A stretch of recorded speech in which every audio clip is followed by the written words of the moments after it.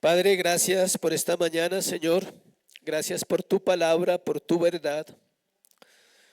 Pedimos una vez más que la luz de tu Espíritu, Señor, sea sobre nosotros, pasando por alto la ignorancia de este siglo, Dios, y trayendo el entendimiento que requiere esta vida hermosa que nos ha regalado, Señor.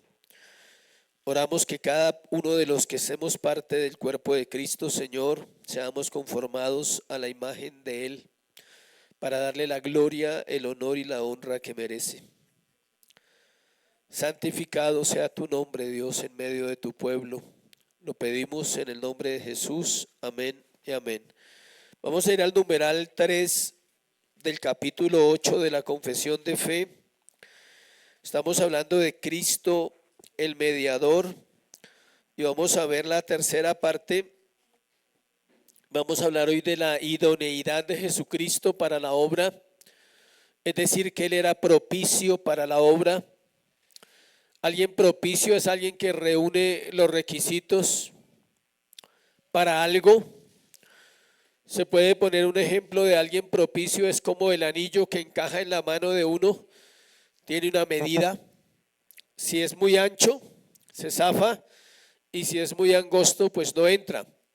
Entonces, cuando usted va a comprar un anillo, por ejemplo, los que se casan y compran un anillo de bodas, deben entender que tiene que estar ¿qué?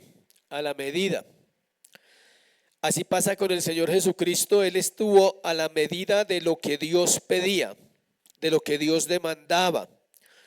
Vamos a ir al Salmo 45:7, por favor, acompáñenme con su Biblia al Salmo 45:7. Búsquelo ahí, por favor. Salmo 45:7 dice: has amado la justicia y aborrecido la maldad. Por tanto te ungió Dios, el Dios tuyo, con óleo de alegría más que a tus compañeros. El salmista está hablando ¿de quién? De Cristo. 1000 años antes de que naciera el Mesías, David entendía que él era el Cristo y dice que Dios lo ungió con óleo de alegría más que a tus compañeros. Pero dice que él amaba la justicia y aborrecía ¿qué? La maldad. El Señor Jesús tenía las características que necesitábamos para que fuese nuestro Salvador. La segunda persona de la Trinidad fue designado para la tarea de redención de los salvos. Les recuerdo, la obra de salvación es perfecta. El Padre planea, el Hijo ejecuta ese plan en la cruz del Calvario. El Espíritu Santo aplica la salvación a los creyentes. Es decir, ninguna persona en la tierra podrá ser salva a menos que el Espíritu Santo venga a vivir en ella. Tengan en cuenta eso. Por eso no podemos estar pensando que la gente se va a salvar porque va a la iglesia. No, la gente se salva porque el Espíritu de Dios viene a morar en sus corazones en un momento de su vida. Interrumpe la vida de pecado que traemos desde niños y hace la obra de salvación. Algunos preguntan qué pasa con los niños, si los niños se salvan o no se salvan, si mueren. Tiene que ser aplicada la obra de Dios. Por eso tiene que el niño, cuando nosotros los que estamos vivos y somos cristianos, todos tenemos que haber nacido de nuevo. No podemos ser cristianos porque mi papá era cristiano, mi mamá era cristiana, sino es la obra de salvación. Pero estamos hablando hoy del Hijo. Nuestra obra de redención y recuperación siendo el efecto especial y la autoridad que Dios le dio al Hijo, el amor y el poder que tiene el Padre para ejecutar esa obra, la hizo a través de ¿quién? De Jesucristo. Ellos nunca trabajan individualmente, ¿no? Ya saben. Si el Padre hace algo, ahí está el Espíritu y el Hijo. Y si el Hijo hace algo, igual, y el Espíritu Santo igual.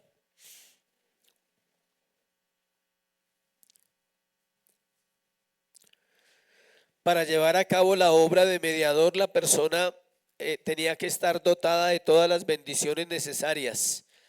Es decir, por eso usted lee en la palabra cuando el Señor Jesucristo viene a la tierra, dice que el Espíritu Santo lo ungió con poder para venir a deshacer las obras de Satanás.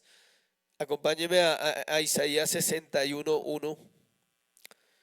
Isaías 61:1. Ahí está la profecía del Mesías.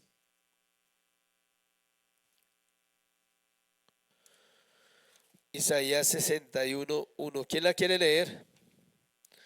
Si alguien quiere leerla, léala por favor.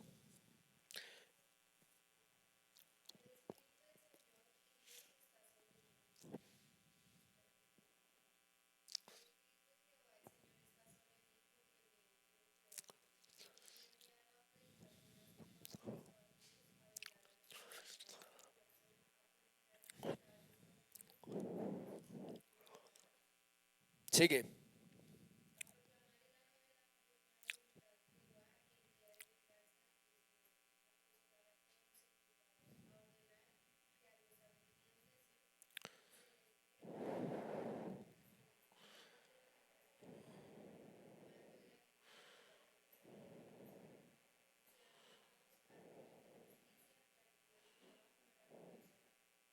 Sigue en el 4.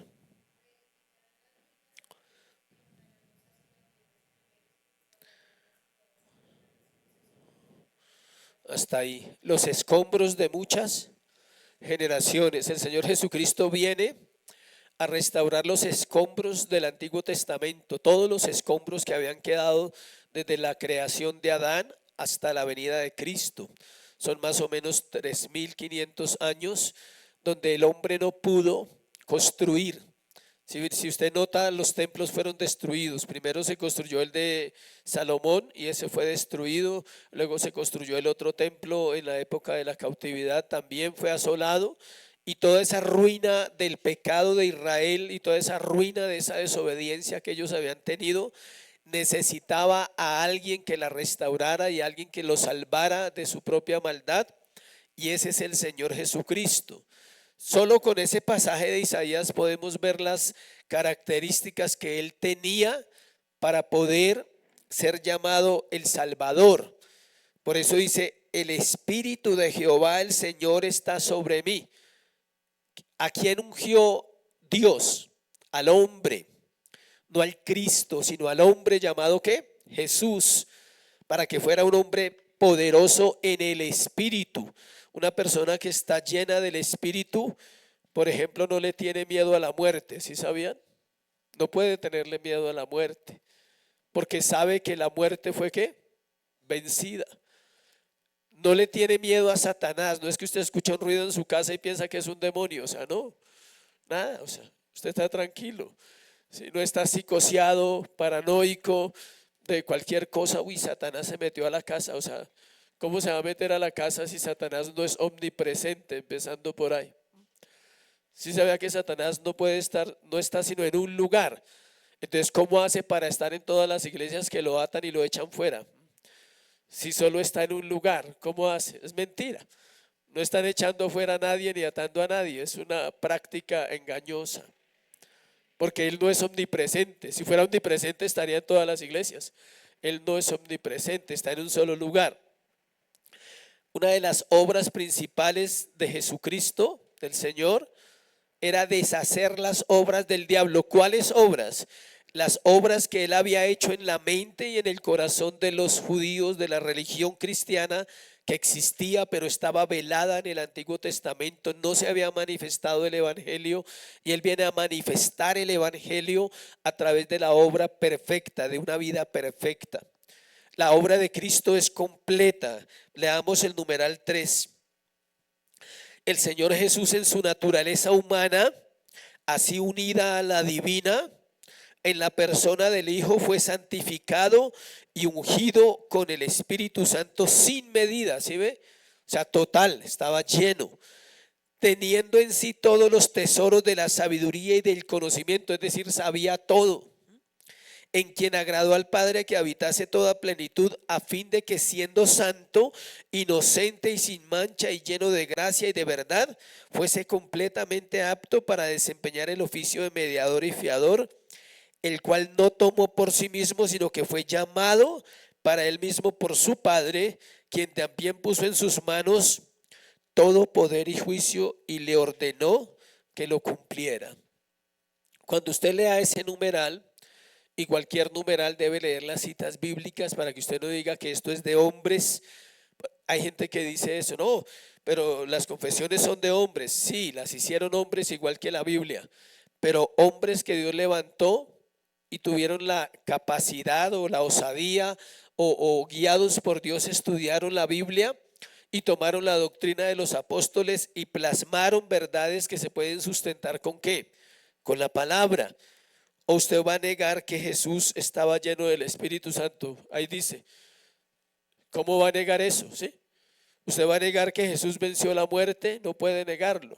¿Usted va a negar que Jesús echaba fuera demonios, sanaba enfermos, libertó los cautivos?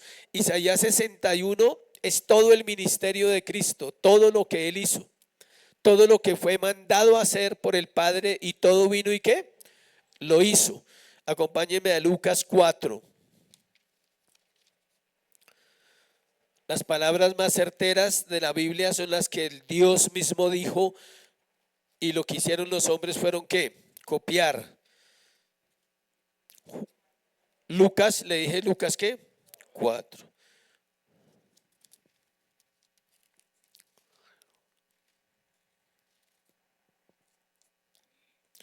Versículo 16. Vino a Nazaret, léalo conmigo, donde se había ¿qué? Criado. ¿Se acuerda que vimos todo el proceso de la crianza de él y la niñez cuando empezamos el libro de Mateo? Dice, lea la Biblia despacio cuando usted quiera entender la Biblia, no la lea rápido porque usted no va a entender nada. O sea, léala despacio y piense y observe lo que está leyendo. Dice, y en el día de reposo, o sea, el sábado, entró en la sinagoga conforme a su... O sea que no era que fue de vez en cuando a la sinagoga. Desde niño, aquí tiene 30 años o 30 y algo, y desde niño iba a la sinagoga, como era su costumbre. ¿A qué hora se empezó a ir a la sinagoga? Probablemente a los 12 años. ¿Cuántos años llevaba yendo a la sinagoga? 18 años. Sí, no fue que un día llegó ahí y dijo yo estoy aquí, no. Era una persona fiel, era una persona que cumplía la ley. La ley decía que los hijos varones debían ir ¿a dónde? A la sinagoga. De hecho era solo para hombres, ¿sí sabía? Las mujeres no podían ir. Tenía que estar constituida por 10 personas, de ahí para arriba. Pero eran 10 varones, 10 hombres que conocían la escritura, y él fue allá.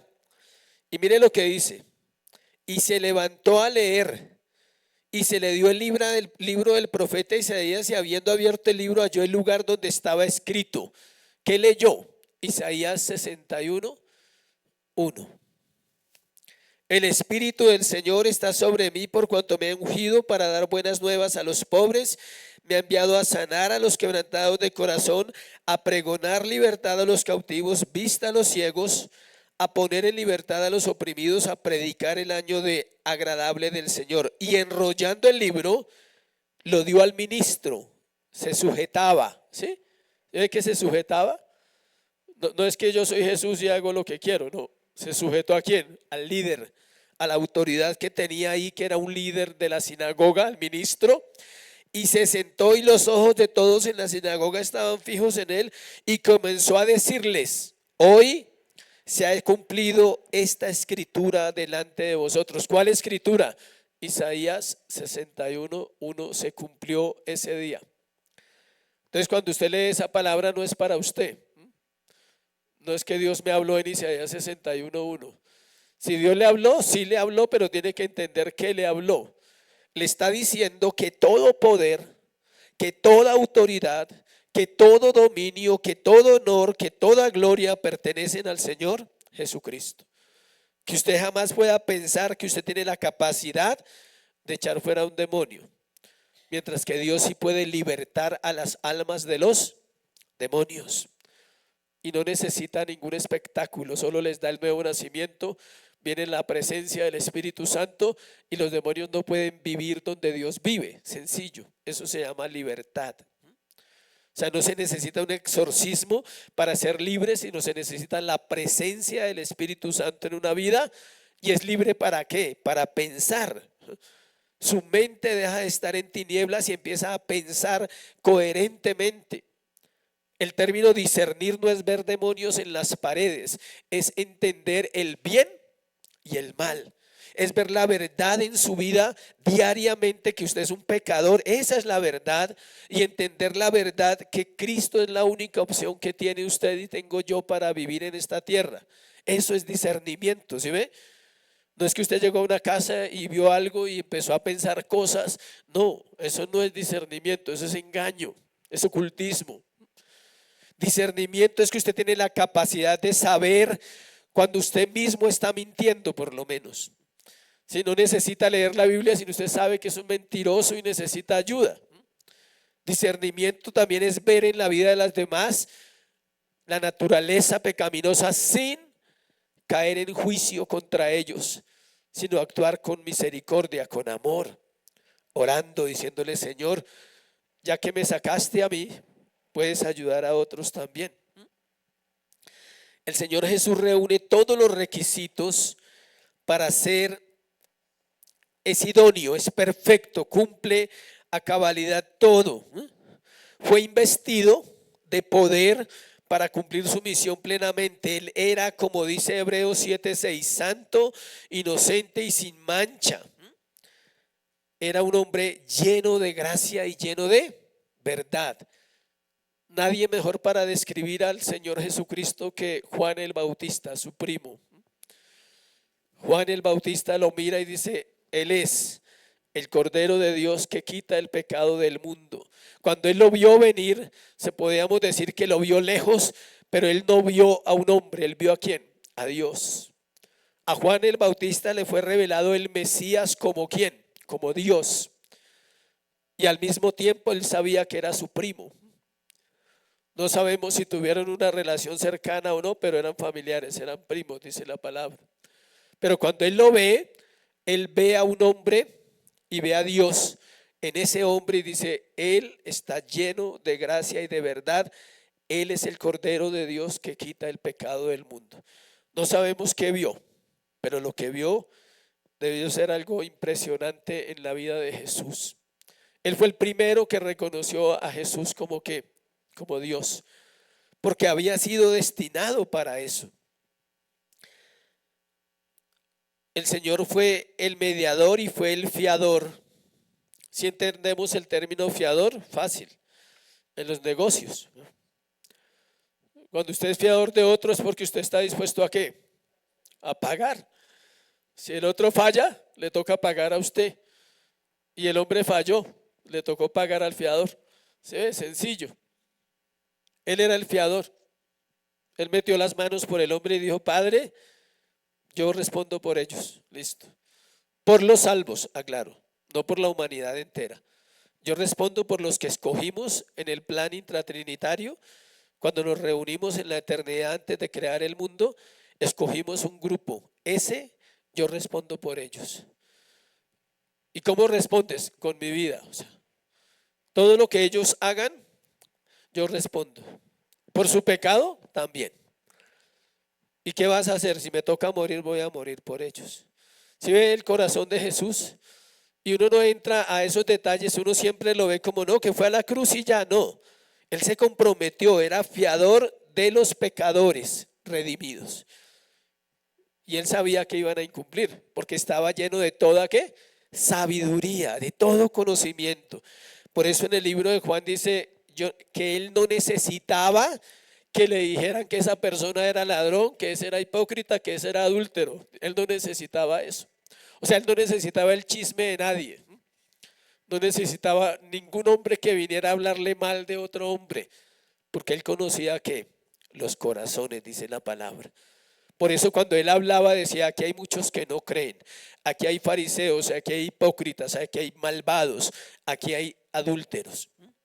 Cuando encontró a la mujer samaritana, a la mujer adúltera, ¿por qué dijo esa frase? ¿Por qué les dijo el que esté libre de pecado tire la primera piedra? Porque él sabía que todos tenían ¿qué? Pecado. Y dice que apenas empuñaban las manos y empezaron a soltar las piedras y a salir uno por uno los más viejos primero. Porque entre más viejos, más pecados. En serio.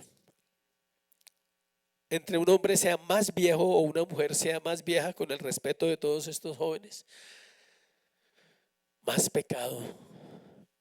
Si no ha resuelto su problema y si no lo resuelve estando en una iglesia, estando en Cristo, es peligroso. Y puede pasarle lo que le va a pasar a Sansón ahora en el sermón. Va descendiendo y no sabe. Va en caída libre y no se ha dado cuenta. Así estaba. Y en la iglesia pasa igual.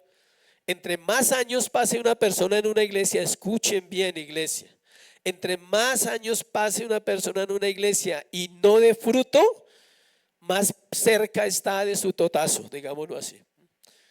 ¿Para bien o para bien? Porque si Dios le permite reventar y que aflore su maldad y su condición pecaminosa, es porque lo quiere salvar. Porque es más duro que no se salga en la tierra y que tenga que ir al juicio eterno y ser condenado aunque estaba en una iglesia. Por eso dice la escritura, muchos me dirán, pero Señor, Señor, ¿sí? Y Dios dice, no os conozco, apartados de mí, hacedores de maldad. Pero yo iba a la iglesia tal con el pastor tal toda la vida. Y tú conocías a la iglesia y al pastor, pero a mí no me conocías. No diste fruto. Y la Biblia dice, por sus frutos le conoceréis. Y Cristo vino a hacer la obra perfecta, a dar ejemplo, a dejar una enseñanza clara de salvación, a mostrar con su vida desde antes de nacer, porque el proceso de Jesús es este. Se conoce como la encarnación.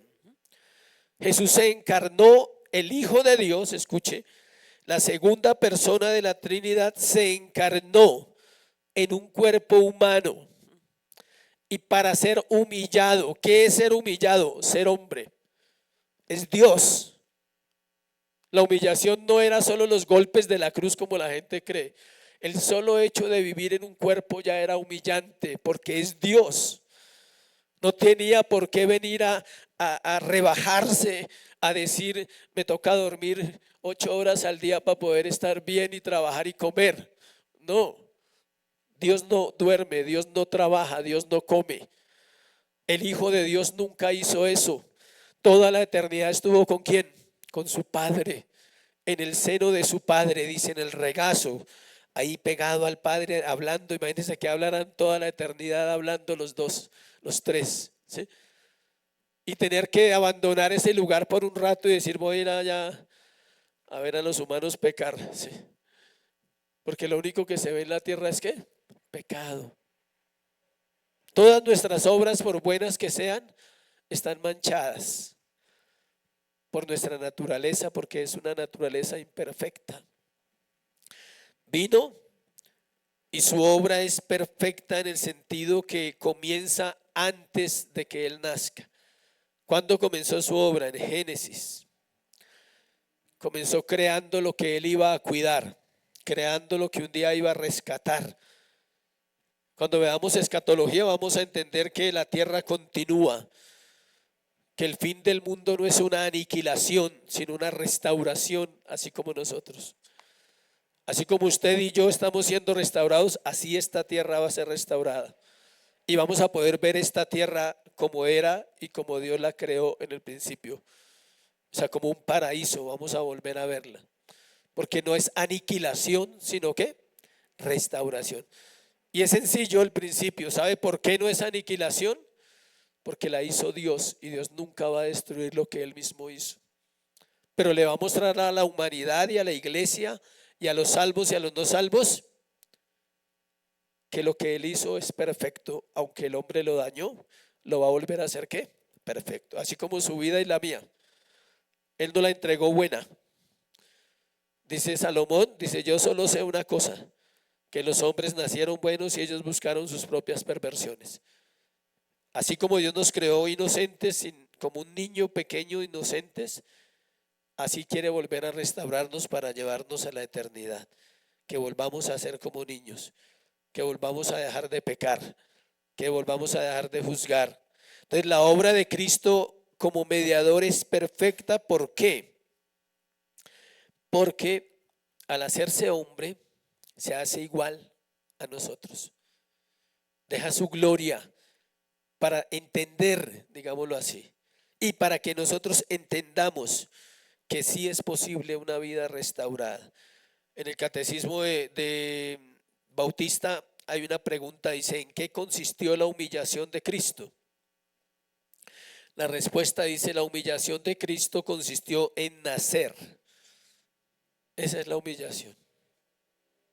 ¿Acaso Dios necesitaba nacer? No, es eterno. Y eso en una baja condición, hecho bajo la ley. O sea, aparte de que nace, tiene que sujetarse a unos parámetros que Él está por encima de ellos. ¿Sí ve? Tiene que sujetarse a unas normas las cuales Él nunca debía sujetarse porque es Dios.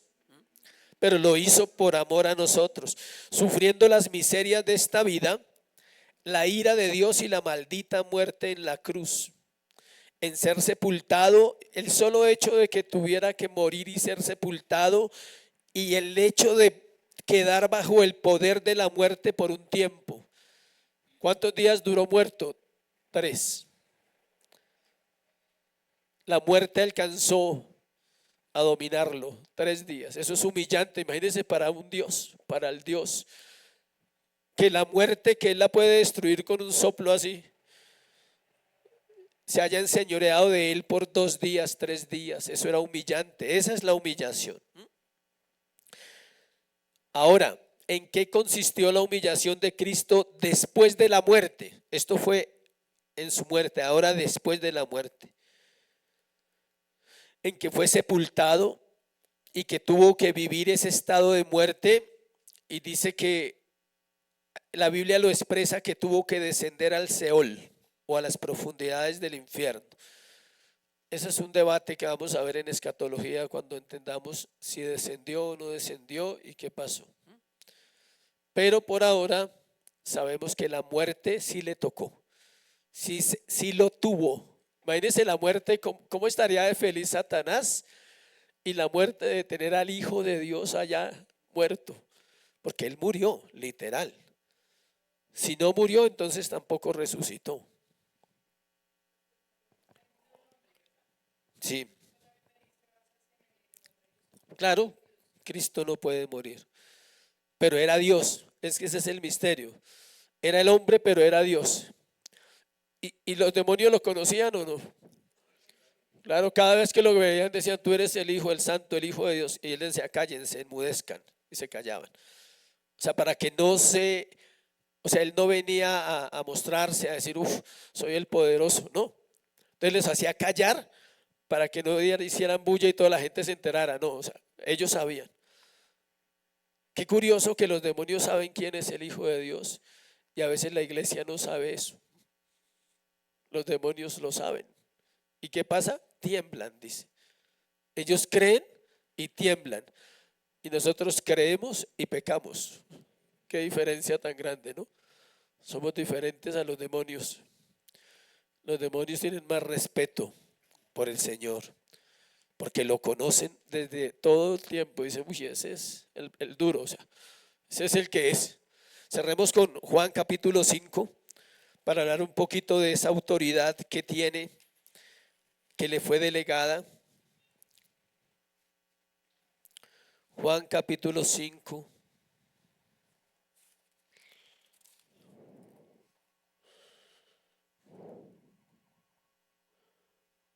Eh, 22, creo. Juan capítulo 5. Es que estoy en otro libro. Claro, es que no. Estaba perdido, por eso no lo encontraba. Juan 5, 22. ¿Quién lo lee?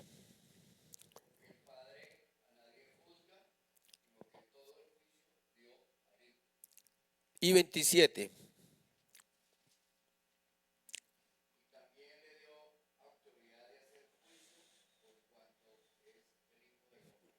¿Se ve? O sea, cuando lleguemos al juicio eterno, al juicio final, vamos a ser juzgados ¿por quién? Por Jesucristo. El Padre no va a juzgar a nadie, ahí dice, versículo 22. Ahí dice claramente. Creo que no necesitamos estudiar ni en el hebreo ni el griego lo que dice ahí, porque el Padre a nadie juzga. O sea, Él no va a juzgar ningún alma, ni va a tomar esa tarea, ni se va a poner a hablar con usted nada. ¿Por qué creen que Jesús tiene ese derecho? Porque murió por nosotros. ¿Sí ven la coherencia? La coherencia divina en esa Trinidad tan perfecta. El Padre puede hacerlo, claro. Es Dios y es cabeza de la Trinidad. Y Él podría decir, usted muera por ellos, pero en el juicio yo cuadro. ¿Sí? No, se lo deja al Hijo porque el Hijo hizo la tarea principal, que era morir por nosotros. Cumplió, ejecutó ese plan del Padre, y Él dice, como tú moriste, entonces tú mismo los vas a juzgar. Tú vas a juzgar a los que creyeron y a los que no creyeron. Es idóneo por eso, porque tiene todas las facultades, les fueron entregadas por el Padre.